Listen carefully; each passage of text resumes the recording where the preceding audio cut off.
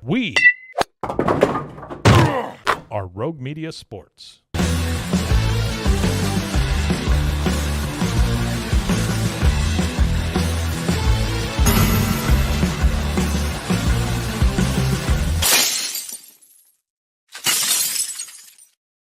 Oh, it's the Cam Show. It's Rogue Media Sports Network inside the Colt Brennan Memorial Studio with Zach Burke running it for us, keeping us on the air, making sure nothing nefarious is happening. Happy to have Zach back.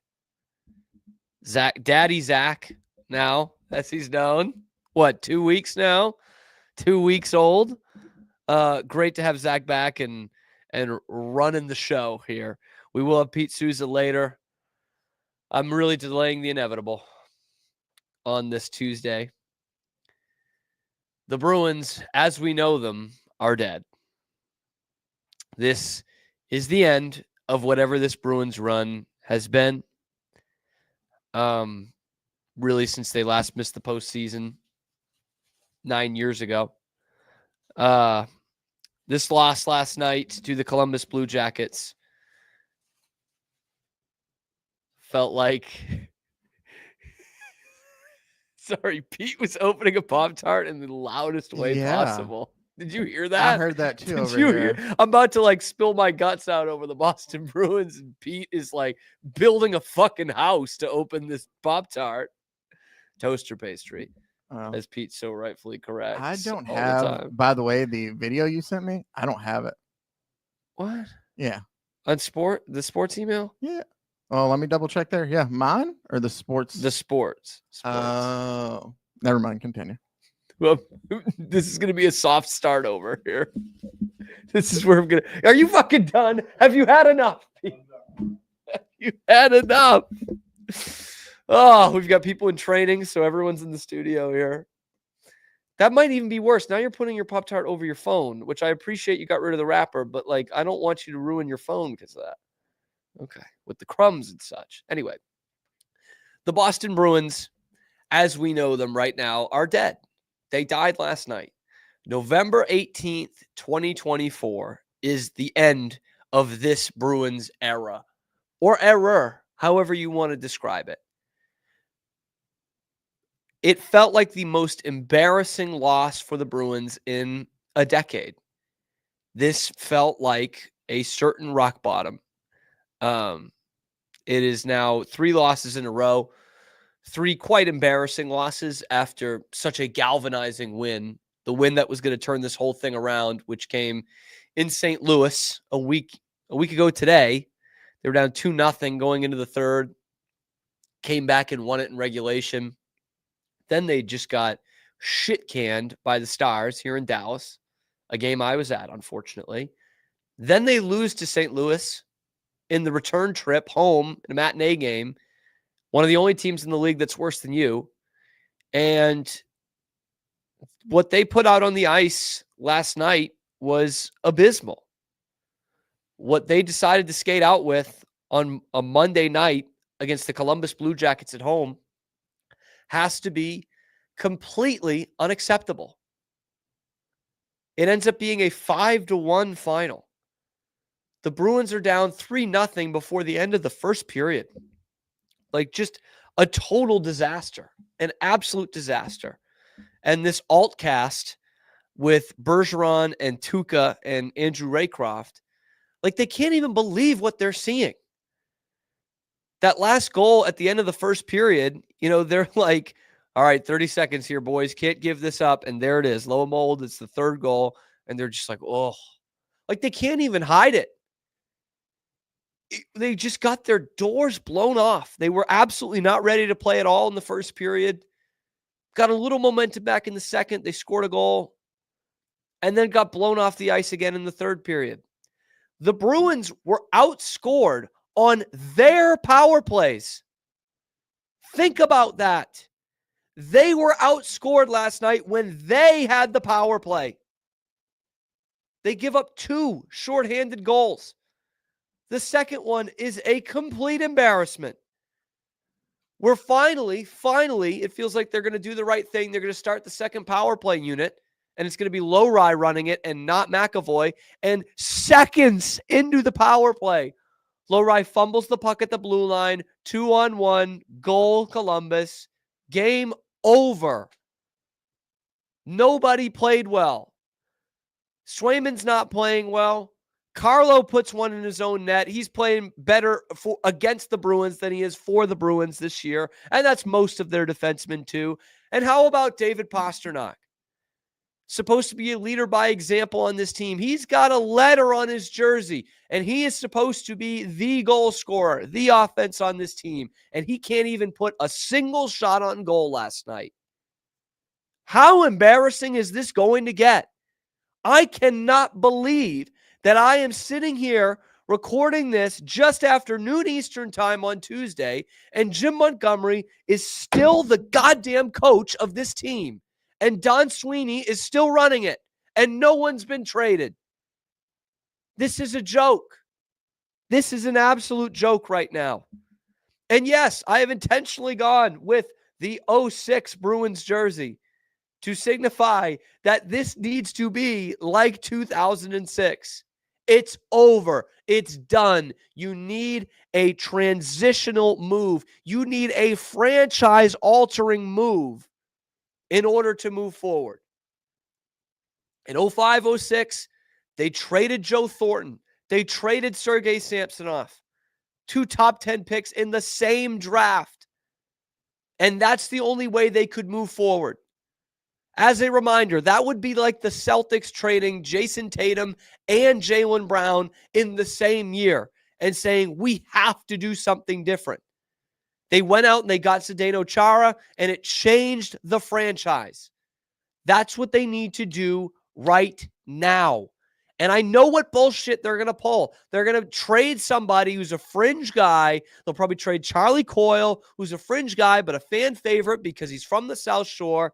And they'll trade him and say, oh, this is our big shakeup. We traded a veteran guy. That's not good enough. You need 2 or 3 of those, and you need to get rid of the coach, and you need to get rid of the GM. And I think the Bruins have no interest in doing something like that.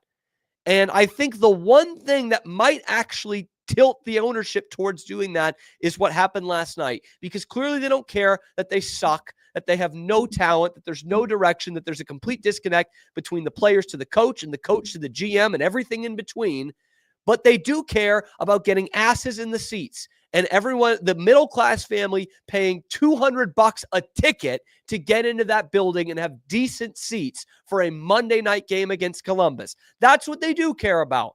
And when this thing was winding down, the final 10 minutes of this game last night, there sure were a lot of people dressed like empty seats. Good thing you made all the seats black.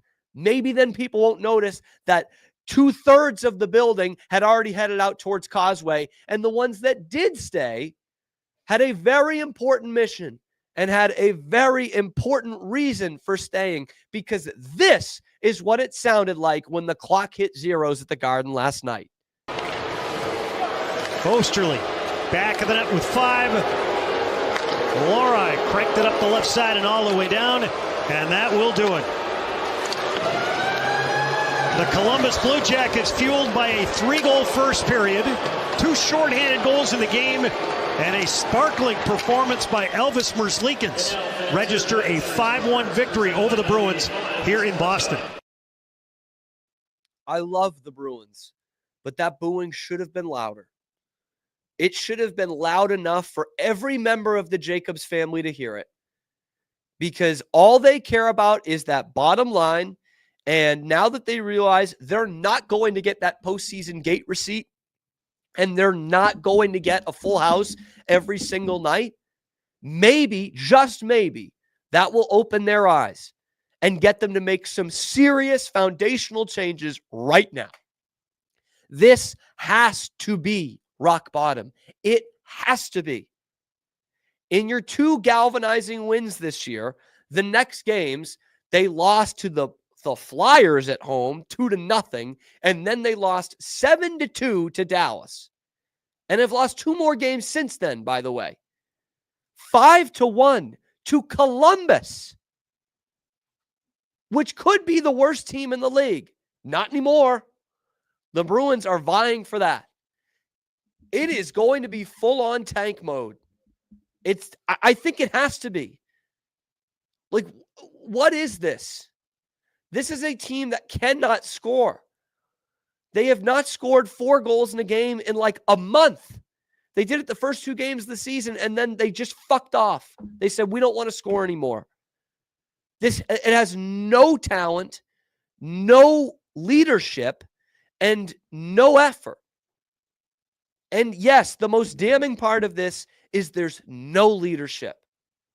All I kept thinking about last night were guys like Tuukka and Bergeron and Zdeno Chara and David Krejci, and those guys that were foundational pieces for years, guys who changed the fortune of this franchise, and everything they built, gone, just done. A year and a half after Bergeron retires, it is all burnt to shit. No leadership whatsoever.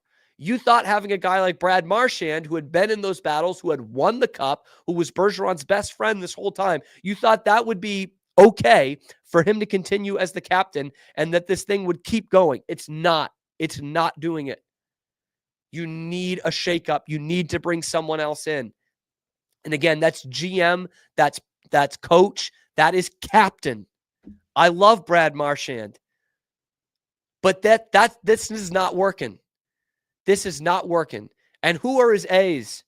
McAvoy, Coyle, Pastrnak. Who have been the biggest disappointments this year? Marchand, McAvoy, Coyle, Pastrnak. All of them. There's no leadership in this room. And we should have seen it the last few years, to be honest. Because it certainly didn't look like a ton of leadership in that series last year against Toronto. And even less in that series against Florida. We should have seen it coming. And I cannot believe that the people who are paid millions of dollars to run this team could not see this writing on the wall. I can't believe we were punked into believing that this was going to be a playoff team. Because they did not look like a playoff team when they were in the playoffs last year. And they did not get better. They got worse. And you look at their free agent signings. Elias Lindholm, absolute zero. Ghost out there. Nikita Zadorov, he would be a ghost if he wasn't taking stupid penalties every fucking game. And the other one, 8 years by $8.25 million. Where is Jeremy Swayman? His head is totally gone. This should have been a Korpisalo start. Give him a couple of games in a row. They still should do that. And Swayman, after the game, says, yeah, I got to get better. It starts with me. You fucking think? This is garbage, man. This is the worst this team has been in a decade. And at this point, I don't know what other hope you have other than to tank it.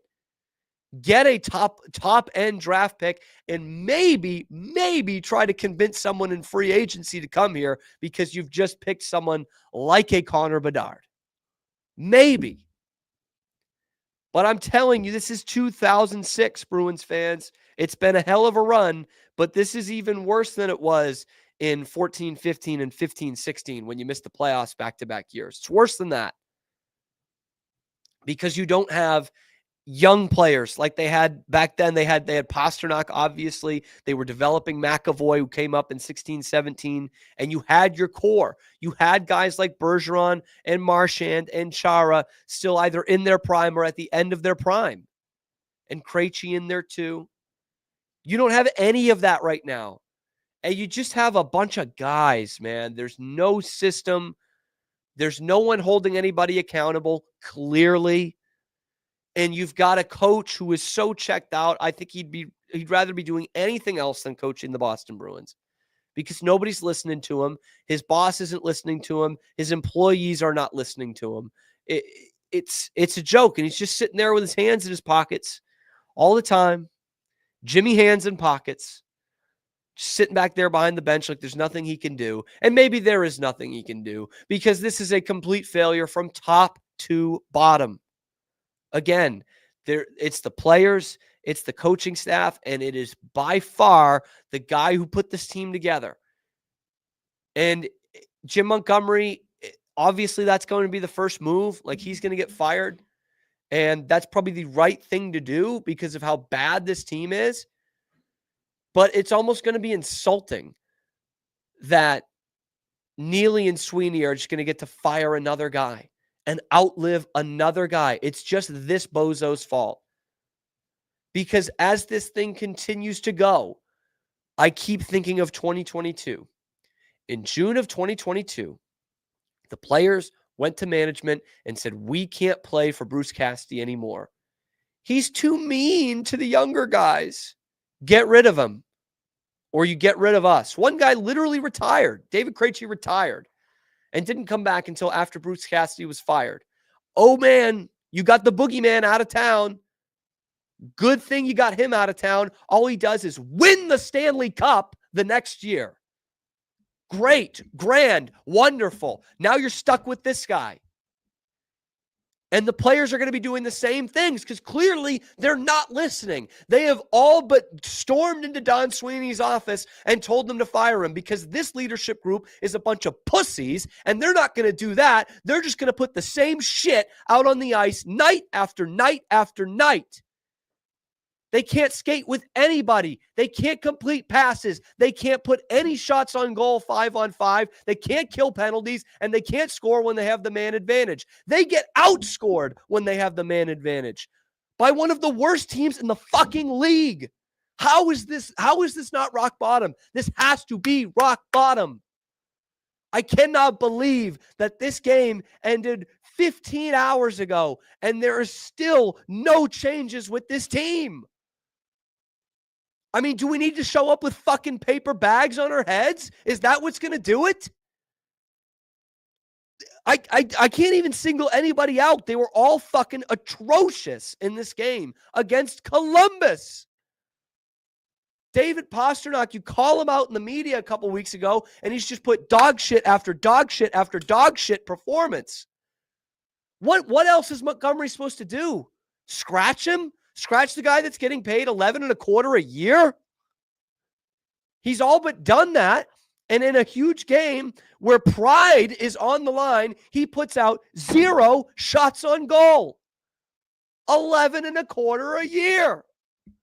What are we fucking doing? There is nobody on this roster right now that is safe. They can't be. I'm telling you, if this is 05, 06, you traded your 2 best players, and that's what it took to change this franchise. You've got to do it again. You have to do something like that again,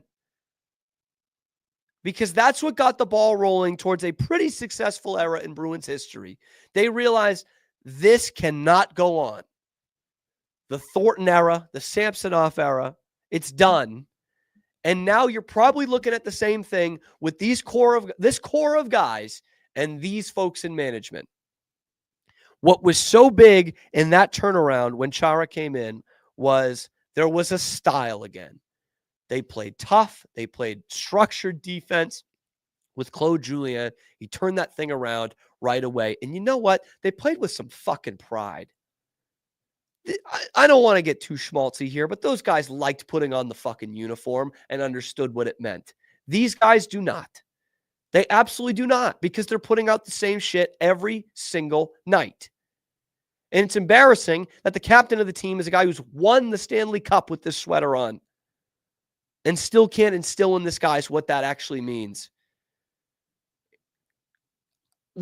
In hindsight is 2020, but the moment that those players marched into management and told them to fire Bruce Cassidy, this thing was over. This thing was over. The inmates are running the asylum, and the inmates have no fucking clue how to play hockey anymore. And it's really embarrassing. It's really embarrassing to see this team in this logo going out there and playing like that every night. The standard has to be higher than this. It just has to be.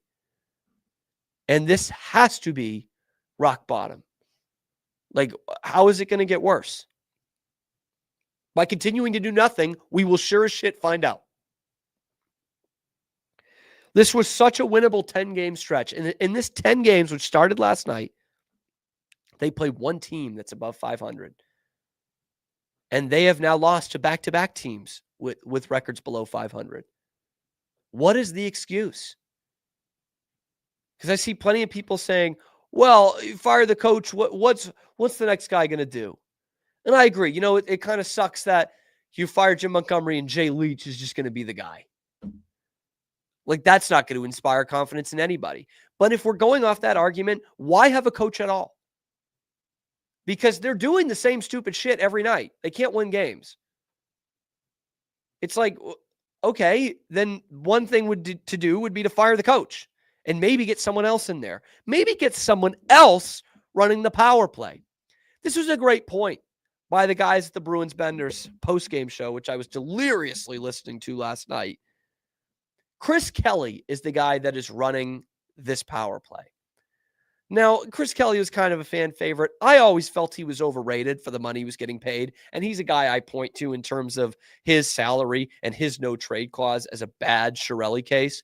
Anyway, Chris Kelly is running the power play. And the guys at Bruins Benders went back and looked. Chris Kelly scored 4 power play goals in his career. The last power play goal of his career was 12 years before he retired. 12 years. And that guy's running your power play. No wonder it is dog shit. There's no wonder. No wonder you got outscored on your own goddamn power play at home to Columbus. Maybe try someone else. Someone who's played on it before, had success in it. Because at this point, I'm ready to make Bergeron the head coach or something. Chara, don't give a shit. Someone else in there. And let's have some fucking pride in the way that they're playing. Because it was garbage last night. Just turning the puck over all over the place. Guys putting pucks in their own net. Swayman looking like Swiss cheese. I mean, no skill, no speed, no power. Everyone talks about, biggest decor in the league. Bunch of pussies. Don't intimidate anybody. Not hard to play against. One of the worst defenses in the league. Oh, but they're big. Congrats. They can't do anything with it. You have a coach who wants to play a speed game. You have a GM and a president who wants to get big and ugly like it's 1992. It doesn't fucking work. It's over. Blow it the fuck up. Celtics got a big game tonight. Prestigious NBA Cup. Facing the undefeated Cavs. Let's preview that and what that matchup means next on the Cam Show.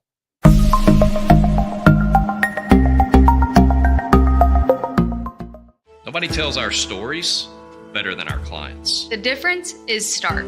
I was rear-ended at a stop.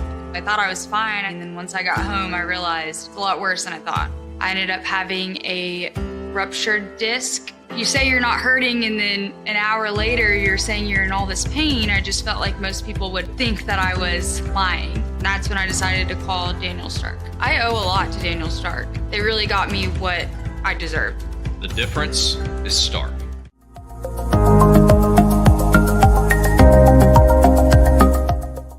We definitely love our relationship and love Extraco. It's been an amazing experience. They made the PPP process easier. They were reaching out to me saying, what can I do to help you? That made a huge difference because my stress level, when we shut down, to afterwards was night and day. Our experience with Extraco has been phenomenal since the very beginning, so we love Extraco.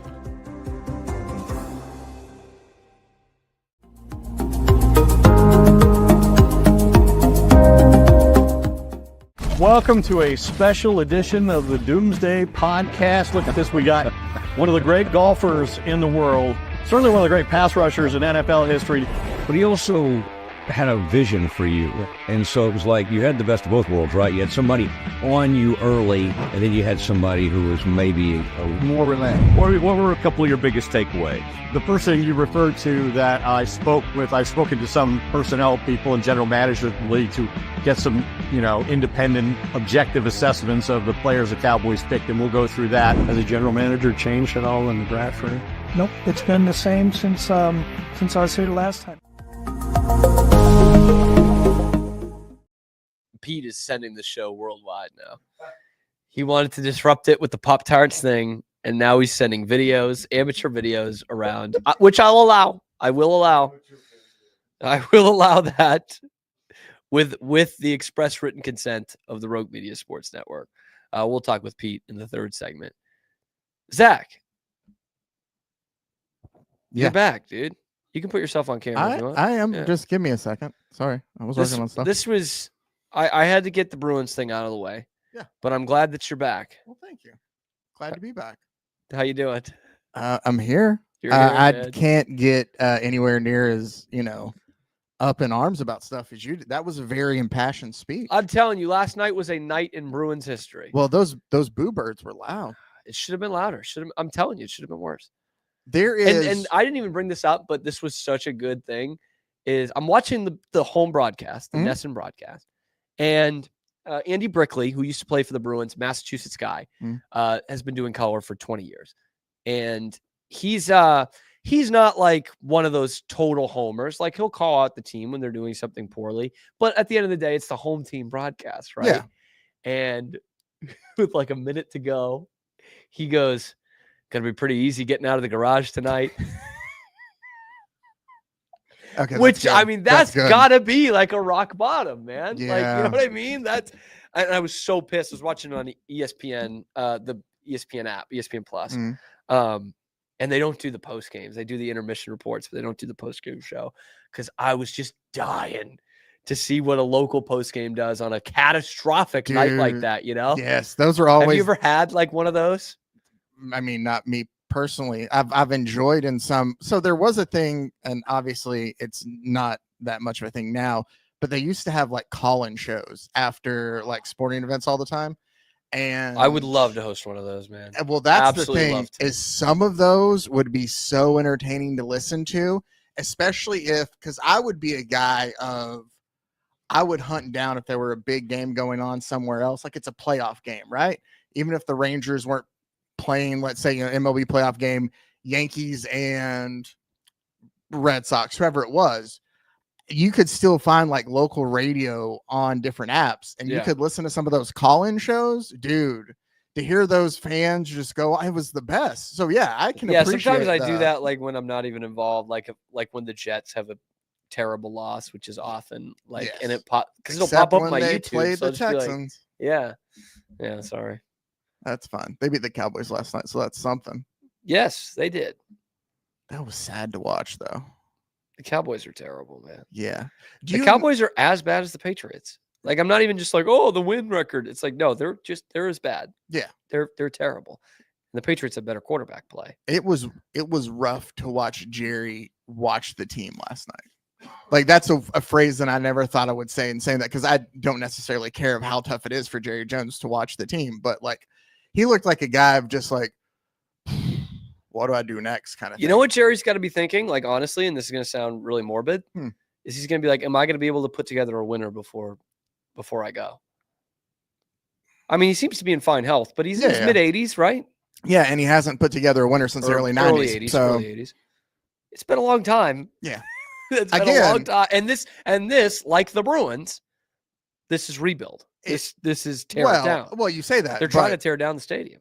What do you want? I love, by the way, what do you want me to do? Tear Nature. down the whole stadium? I don't know, dude. A piece of sheet metal just fell from it that could have literally could have killed somebody last night. So maybe it's an idea, Jared. But to go to your point there, they've been rebuilding for a while. I mean, they haven't been the best. They haven't been the best football team in Texas for years. The Texans have more playoff wins since they've been in existence than the Cowboys do. Existence, if I can get that out. So, I mean, this has been a team that struggled forever.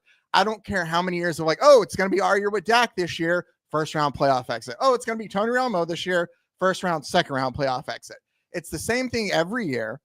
And eventually you have to figure out, change things here, change things there. But it feels like it's been in a rebuild and forever. So if anybody has right to be upset, I think it's Cowboys fans in too, because they haven't put a team out that was necessarily worth the damn since I was in elementary school. Well, they do have first round picks. That's the good Bruins for them. struggle with. So, well, how good do they do with the first round picks? They do decent. The offensive line picks from a few years back. Turned out okay. That's kind of the funny part about this. I don't want to go all Cowboys. Yeah, I didn't mean to take a this is good because the funny thing is the Cowboys actually draft well. Yeah. They've been one of the best drafting teams in the league the last 5 years or so. And even, for what we say about Dak, they got him in the 4th round. That's very true. And they hit on a running back top 10, which never happens anymore. Obviously, he's done, like he's washed, but they got a career out of him, They draft pretty well. I mean, the Zach Martin pick early on was good. Everything else. Oh, yeah. Everything else, man. That's why when they traded a 4th round pick for this Mingo guy from Carolina. And I'm like, I don't think you should just be handing those out. You do well in the 4th round. Yeah. They got Dak in the 4th round. They get Tony Pollard in the 4th round. Like, oh, those guys are overrated. Yeah, but they were picked in the 4th round. So anyway, you kind of win there. I mean, Tony Pollard went on to be a start. Isn't he still the starting running back in Tennessee technically? Yes. Yeah. So I mean, the Patriots a couple weeks ago. Well, yeah. went for 125 against the Patriots a couple weeks ago. Well, you can't just expect to stop Tony Pollard. I mean, this is his first 100-yard game in like a year and a half. Zach, are the Cavs the best team in the NBA? I mean, record-wise right now, they are, yeah. I think they're telling, 16-0, 17-0? 15-0. 15. See, I was giving them even more wins. I think they're telling the Warriors, the 73-9 Warriors, watch out, we're coming. No, I don't. I think personally that this is that this is just a thing that eventually they'll cool off. I think that Cleveland's a good team and they're a playoff team. I mean, they showed it last year, but they're not going to be a team that's going to be the best team in the East by the time the season's over. They might not even be a top 4 team in the East by the time the season's over. Okay, that might be a little harsh. 4. Okay, they could be 3 or 4, but I don't think they're gonna be 1 or 2. We'll see. I mean, Philadelphia is not doing anything to scare them anytime worst soon. team in the league. Yeah. Tied for the worst record in the league, Philadelphia. Once again, Cam was right. Didn't say they were going to be the worst team in the league, but I did say not worried about them. Trust the process. Not worried about them. I did say on the show that Cleveland, this was a few months ago, I was like, look, I don't know who this guy, Wilkinson. Mm-hmm. I don't know anything about him. Their new coach. But I was like, this team's got some talent. And like, if they've got a coach who can, really tap into like a defensive mindset with this team and get Donovan Mitchell back to playing defense he was playing his early days in Utah, I'm like, this team could be pretty good. I didn't think they were going to be as good as the Knicks. I've been wrong on that so far. I didn't think they were going to be 15-0, so I was wrong about that. Yeah. But I did say, like, if this coaching thing goes right, like, watch out, because this team's got some talent. And they've got really good interior defenders, man. Like, I know that's not exactly the name of the game anymore, but they are a tough team to score against, especially inside the 3-point arc. So no, that's very true. I can't say anything against their defense. They're a solid team and they were good defense last year. And if you can get someone like Donovan Mitchell bought in to that end of the court, which is possible, we've seen it in his NBA career, then that is a team I think that can somewhat challenge the Celtics. I still think the Celtics are the best team, not only in the East, but in the NBA with their roster, and the way they've been playing so far has been pretty damn good still, 11-3. And they still don't have Porzingis, who is apparently on track to come back in about a month. They were saying Christmas Day might be the way. He's already been assigned to Maine to practice with the Maine Celtics. And boy, that must be fun for some of them. Practicing against Kristaps Porzingis, getting him at his most vulnerable. But this is a prime time NBA marquee matchup tonight with the Celtics and the Cavs. It is. I'm looking how deep does your basketball knowledge go? Can you spout off for me who won the 1948-49 NBA title? Or the Minneapolis Lakers. Okay. I mean, that's a good, it was probably Mike and was involved against somehow. The Rochester Royals. The only reason I ask is going into the game is that the Cavs are only the 4th team in league history to have the 15-0 start. And the other years were the Warriors in 15-16, which they won the title. No, they didn't. They didn't the 15-16? Am I off a year? Fair enough. Okay. Yes. And then the Rockets 93-94 though, where they did win. And the other one was 48-49? 48-49, the Washington Capitals. Now a hockey team, of course. So good. I mean, we can look this up real quick. Who won it 19? That's what I was looking up real quick. All right. Look, because I think the graphic I saw the other day did say that 3 of the 4 won the title. So that would mean that Washington would have had to have. Is it the BA? No, hold on. Yeah, they call them the Baltimore Bullets. It's not the BA, the Basketball Association of America. Would it have been at the time? It could have been, yeah. Yeah, so they won 4-2 over the Philadelphia Warriors. That would be a team in the NBA. Yeah. So there you go. Yeah. 3 out of the 4 have won the title. But yeah, I liked also that I got to do. Is it Wilkerson? I'll look that up too. Or Wilkinson. This is what's bugging me. I'm just going to wait on it. All right. Just look up Cleveland Cavaliers coach. Yeah. Okay. Atkinson. If it's Atkinson, I'm going to lose it. Pete's probably right. He knows. It is Kenny Atkinson. Who's been around. I just don't know anything about him. So Kenny Atkinson did not like fluff up what this game is. He said it the other day in his press conference, and they asked him like, oh, you got a big matchup with the Celtics coming up next. And he wasn't like, just another game or anything. He was like, no, it's going to be pretty fun. I know this is two of the best teams in the league, Boston Garden. Like, how could you not want, like, what more could you want out of this? And I'm like, all right, I like that. I like that this is not just another game because it's going to be pretty hyped up. And it has nothing to do with the fact that it's the fucking NBA Cup or that stupid, ridiculous court. But it's the two best teams in the league, 15-0 against 11-3. And they know that the Celtics are the standard, and the Cavs are going to be a little pissed off that this is the team that knocked them out last year. And they're probably thinking, if we had Donovan Mitchell, they're thinking like all the talking heads at ESPN, if we had Donovan Mitchell, we would have had a chance to win that series or potentially win that series against the future champion at that point, Boston Celtics. And this place is going to be charged up tonight, for as great as it is that people can afford Bruins tickets now, no one can afford Celtics tickets, and they're sure as shit not going to be able to afford this one tonight. It's going to be a couple $100 to get in the building. I guarantee it, just to get in to see these two teams play. I am fascinated by this matchup because, again, love the way Cleveland's playing. Obviously, they're 15-0, but love that they have all their big guys back and healthy with Mobley and Jarrett Allen, who's a player I've been a fan of for a long time. Okoro. They don't have Dean Wade, which is the best part about this because Dean Wade kills the Celtics. This is like when they're facing the Hawks and Trae Young is in the lineup. I'm like, okay, Celtics by 30. When he's not in the lineup, the Celtics are going to lose. It's when Dean Wade is in the lineup, they're probably not going to beat the Cavs in a regular season game, because he always kills them. He had like 35 against them a year or two ago. And when he is not in the lineup, I feel great about their chances. Don't they also have the most winningest player of the decade, though, on their team, too? That is crazy that the Cleveland Cavaliers do have the winningest NBA player of the decade, which, as we all know, is George Niang. Yeah.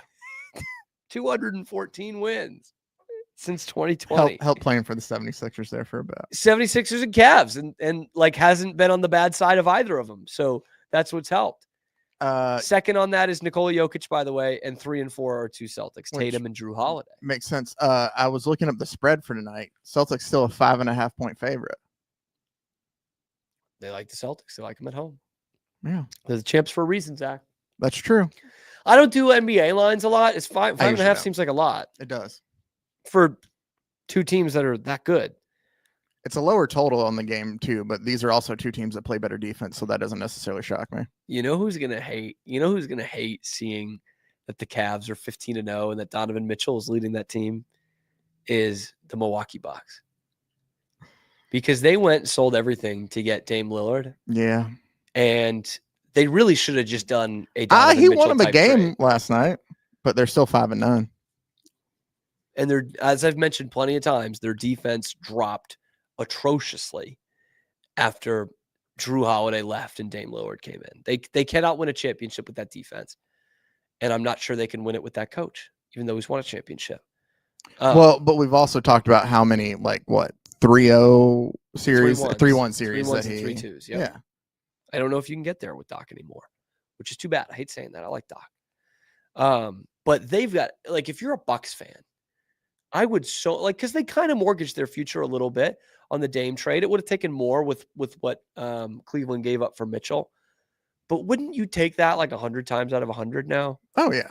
A guy who's, 8 years younger probably than Dame. 6 or 8 years younger than him. He's probably not even 30 yet. I would take that in a second over what Dame Lillard gives you. And Dame's a Hall of Famer. I'm not trying to say he's a bum, but Donovan Mitchell gives it to you both ends. That's true. And has been the focal point of playoff teams his whole career. Very good point. His shooting to me has never been on the same level as Dame, because Dame's going to be the guy kind of like Trae Young that from almost 70 feet out can still hit something. Mm-hmm. But I do think that Mitchell has been the better defender for a good part of his career at Utah and Cleveland, just in general, like you said, both parts of the game. And the Bucks mortgaged everything. And now all I keep seeing is Bleacher Report with all these trade ideas of what they're going to trade away to save the Bucks kind of thing of like, oh, what big name can we get? Like, that's the thing, is not necessarily just with the Bucks, but with these teams in general. You find your window and you throw everything you can into it, but like it or not, your window closes. I'm not saying that 5 and 9, 14 games into the season is their window closing, but you do have to kind of take a step back and readjust and think, like, as we said, is Doc the coach for that? Did we make the right move of giving everything up for Dame? Do we kind of need to pivot at this point? And that's a terrible feeling as a fan. Mm-hmm. Like, it's one thing we were just talking about the Bruins, like, it's over, but that with Milwaukee, where this trade has not really worked out record-wise, right? You you have plenty of talent there, and you're just worried that, like, we're going to do something that's going to set us back even more. And where is it even going to get us? That's what I would be concerned about if I were a Bucks fan right now. By the way, Donovan Mitchell is 9 percentage points higher in 3-point percentage this year than Dame Lillard. Ooh, okay. That can't happen if you're Milwaukee. That cannot happen. His splits this year are terrible, Dame. He's getting points. He's getting 25 points a game, but he's shooting 43%, 33 from 3, which is way down. Like, he's not been an efficient player. He's averaging now 3 turnovers a game. I think the thing, at least for the Bucks, in my opinion, was you have guys who Mitchell's shooting 47%. Need more usage to strive. Like, in a Giannis is going to get, the boards. He's going to play defense, but on offense, like, you just have guys that aren't able to really.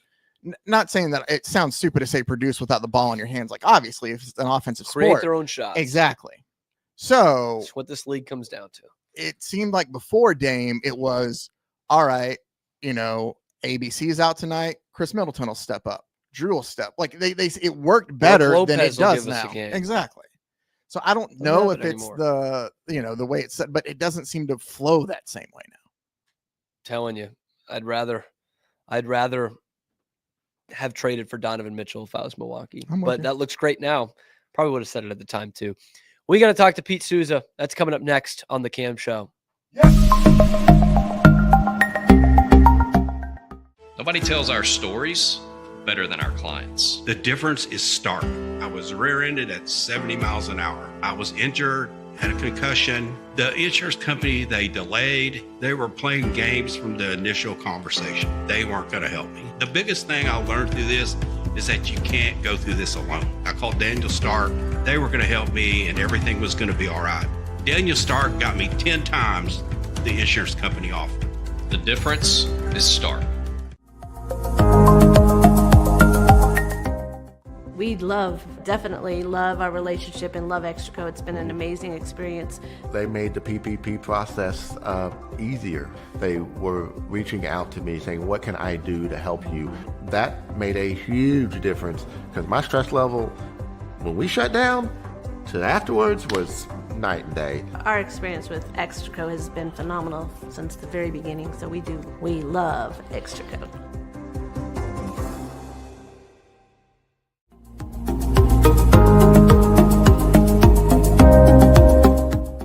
It is Matt Mosley, and it's the Obstructed View podcast, Rogue Media Network. I think they're learning that there's really no wonderful view of me. See, I feel like they think this feed's going to be really wonderful. There must have been no BS, like 20 scouts, 15 to 20 NBA scouts there to see him, and he was top 5. When your old number wasn't working, I went through various channels to track you down. So unfortunately, you can never get away from me. But I'm happy. Man. I'm happy to have you today. No, thanks for having me. And we always family, no matter where I'm at.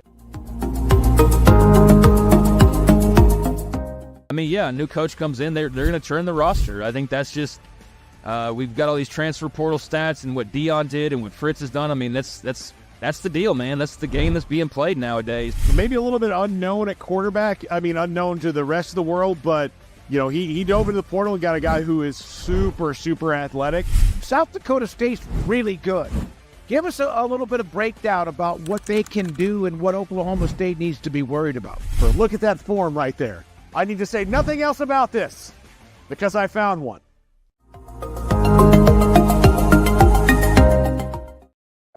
Pete Souza. Pete Souza show fame. Got a big one today. There's a lot going on. By the way, breaking news. Oh, Montgomery? Did I miss it? No, my boy Joe Douglas got fired from the Jets. Your boy. Which is total, and that goes back to the Jets are going to be the Jets.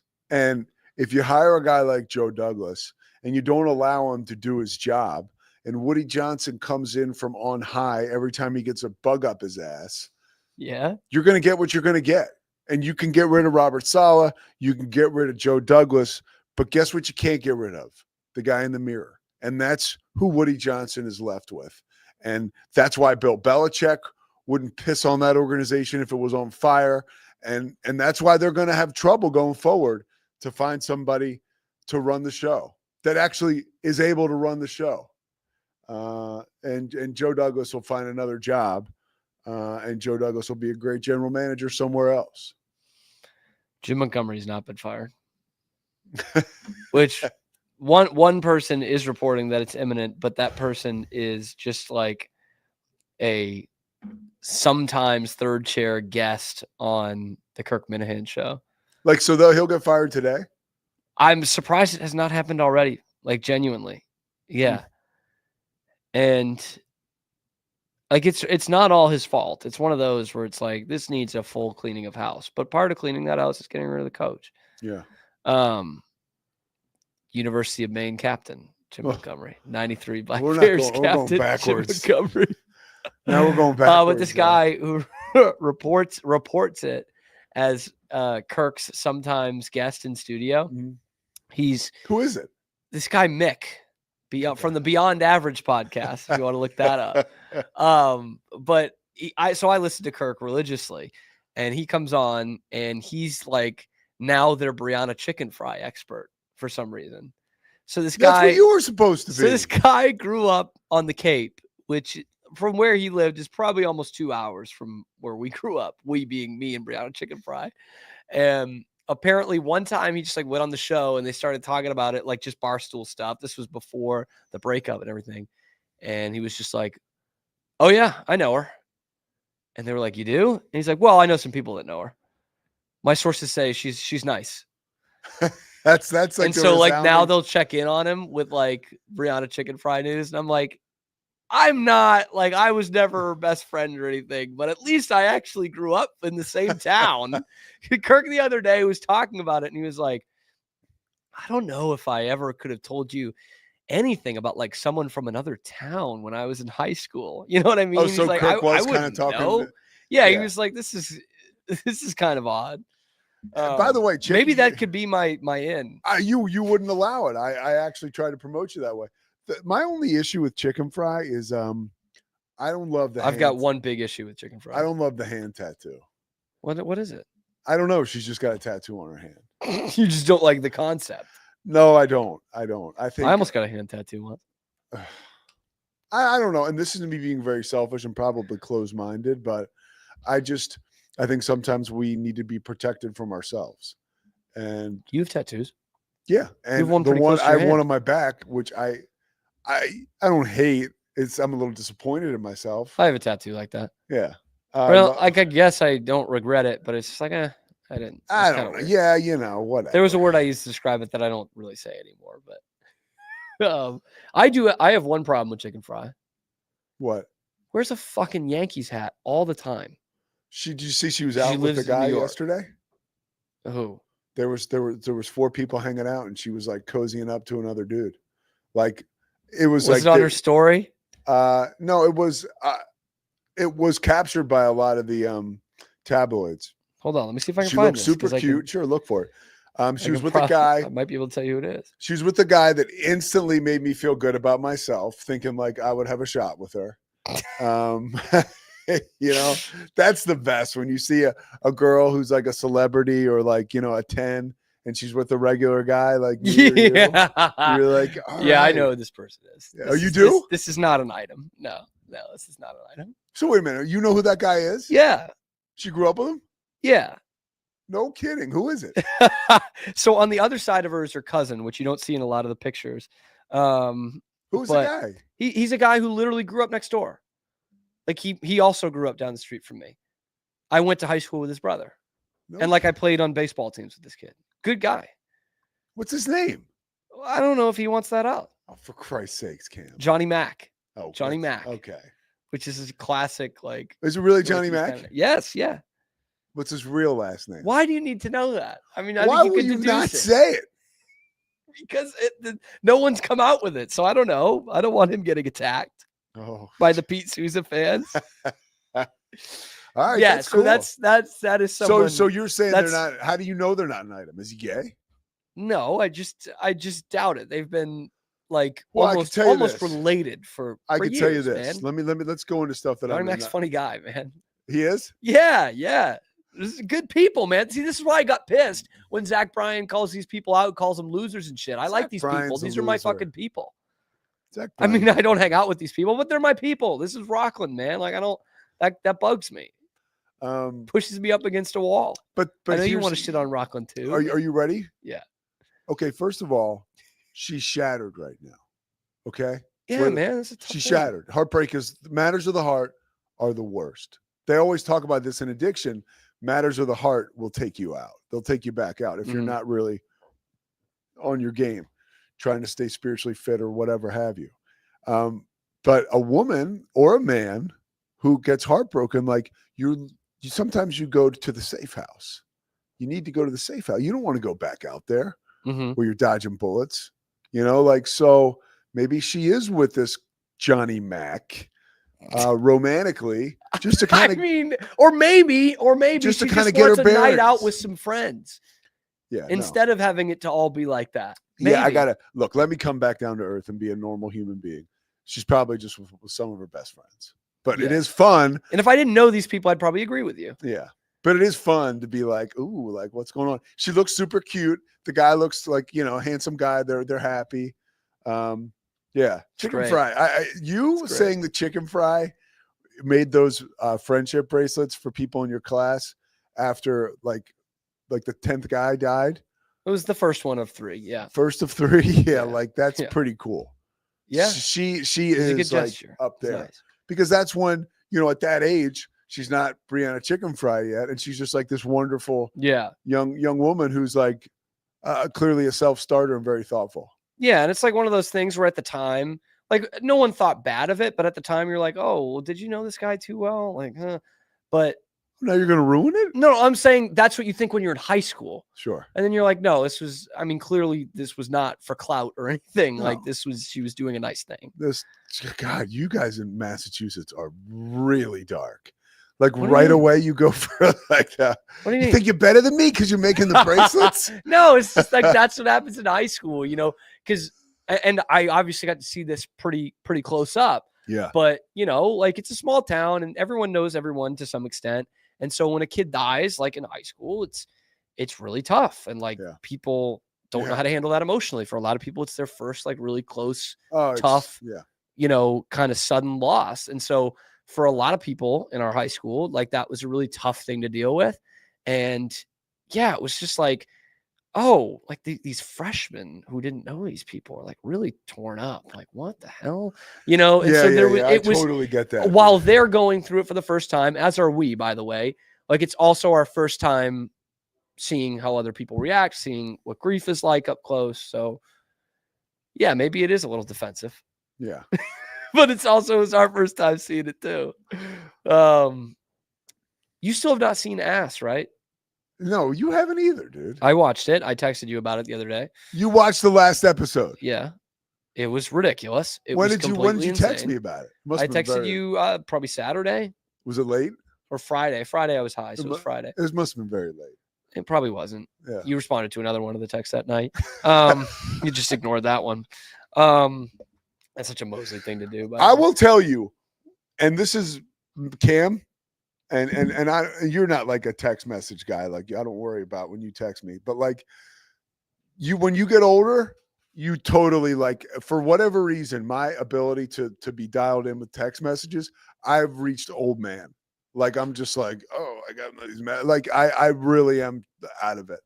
I struggle now. Sometimes I feel like a child again with text messages. Yeah. Why? With Grace. Because, you know, like she's busy and there will be like whole like days where we don't text. And I'm like, does she not want to talk to me? Like, let me what is tell you. going on? Like, I do get that. Like, then I feel like I'm 14 years When I old. first got sober, I was basically 14 and I dated this woman who I You was were, like, what? No, like I mean, mentally. yeah, it's like Okay, Arrested Development okay. almost. So I dated this woman and it was just like, we would text all day and then we would stop and she wouldn't text me for like 7 hours. Now I'm in my 30s and I'm like, oh my God, I haven't heard. Like I would lose my shit. Mm-hmm. I finally, I had to go through all this like rough, like I was like, because I knew, because I had buddies, like guy friends, like I would never text twice in a row. You know what I mean? Especially like in the early stages. Yeah. But boy, it would eat me alive waiting on text messages. And you know, up until Not that recently, different. I was dating a girl about 2 years ago, and I liked her a lot. And she was like just a flake.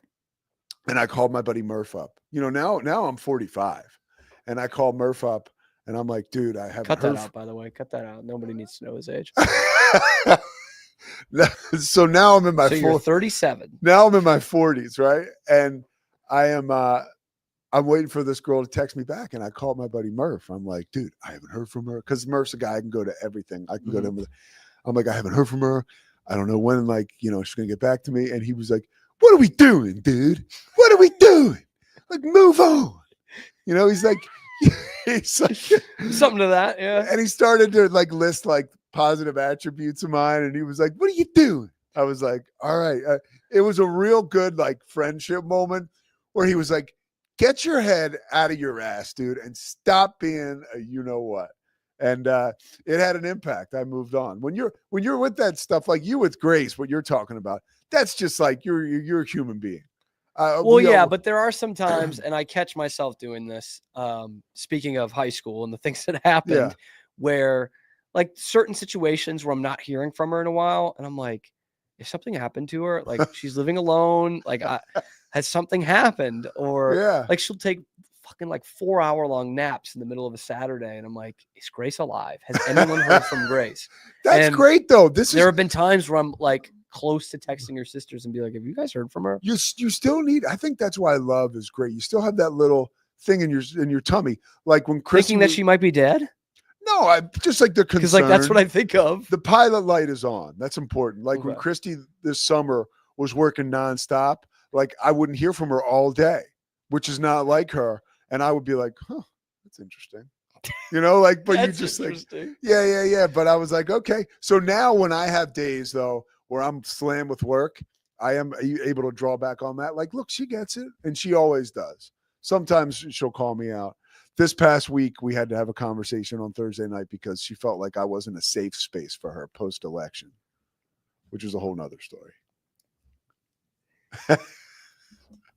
Here's what I said. have really not talked about it. I said, so maybe I'm not either. If you want to vent, you just got to give me a preliminary, like, hey, I just need to vent. I was like, because otherwise I can't control my stupidity. I will say something. I will jump in.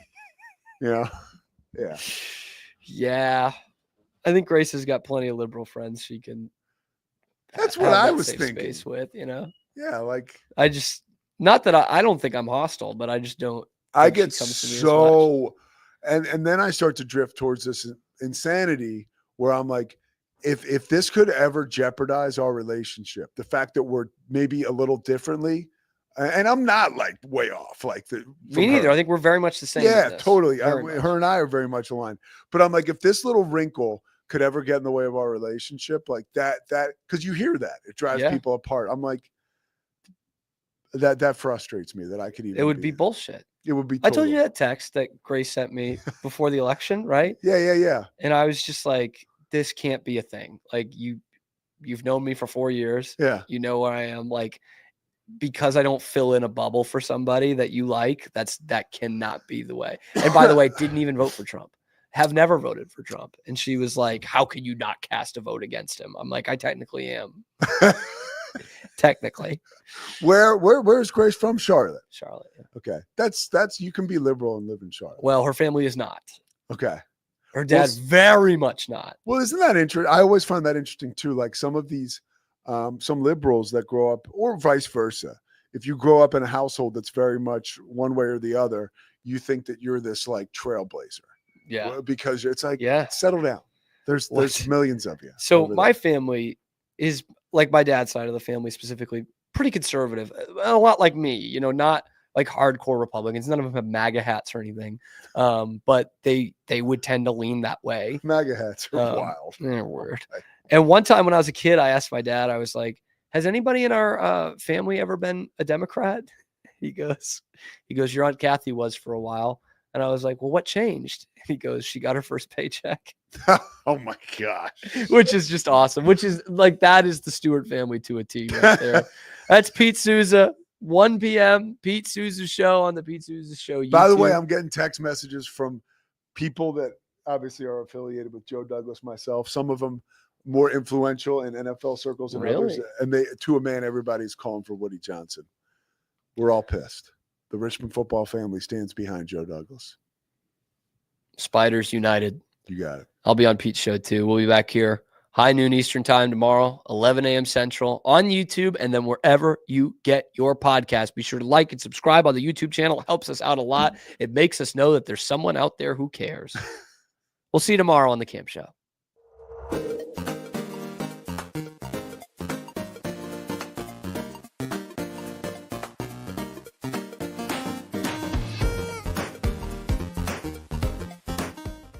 You are here with your shoot first point guard, Corey Dickman. Also, if you're not creating new fans in a small market, then you're not creating that base of people to go to games and pay for merchandise and pay for stuff and concessions at the Moda Center and yada yada. Yeah, let's talk draft. That's the only thing we have to look forward to. The only thing we have to look forward to.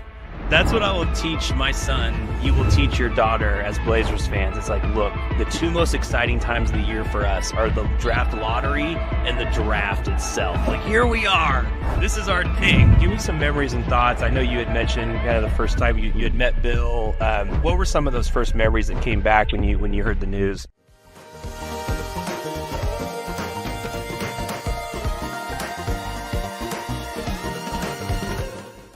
Coming up on the Pete Souza Show, Rogue Media and ESPN's own King McClure talks to us about the NBA draft. The team is banged up. Undressed? While we're No. What is happening? And it's partially because the team has like pretty kind Wrong of big podcast, Nick. Wrong podcast. When you're a golfer, what is the point of no return? He was the best play-by-play announcer around, in my opinion, and he made me want to continue to watch.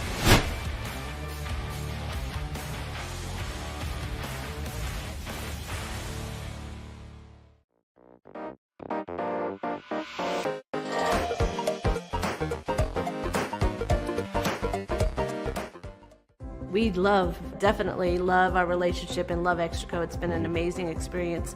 They made the PPP process easier. They were reaching out to me saying, what can I do to help you? That made a huge difference because my stress level, when we shut down, to afterwards was night and day. Our experience with Extraco has been phenomenal since the very beginning, so we love Extraco.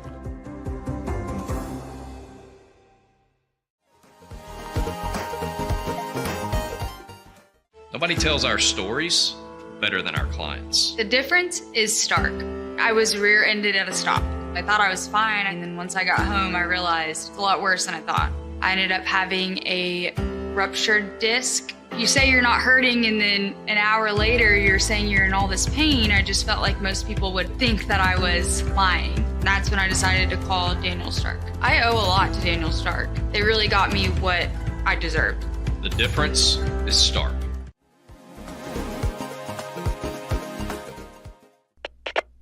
We are Rogue Media Sports.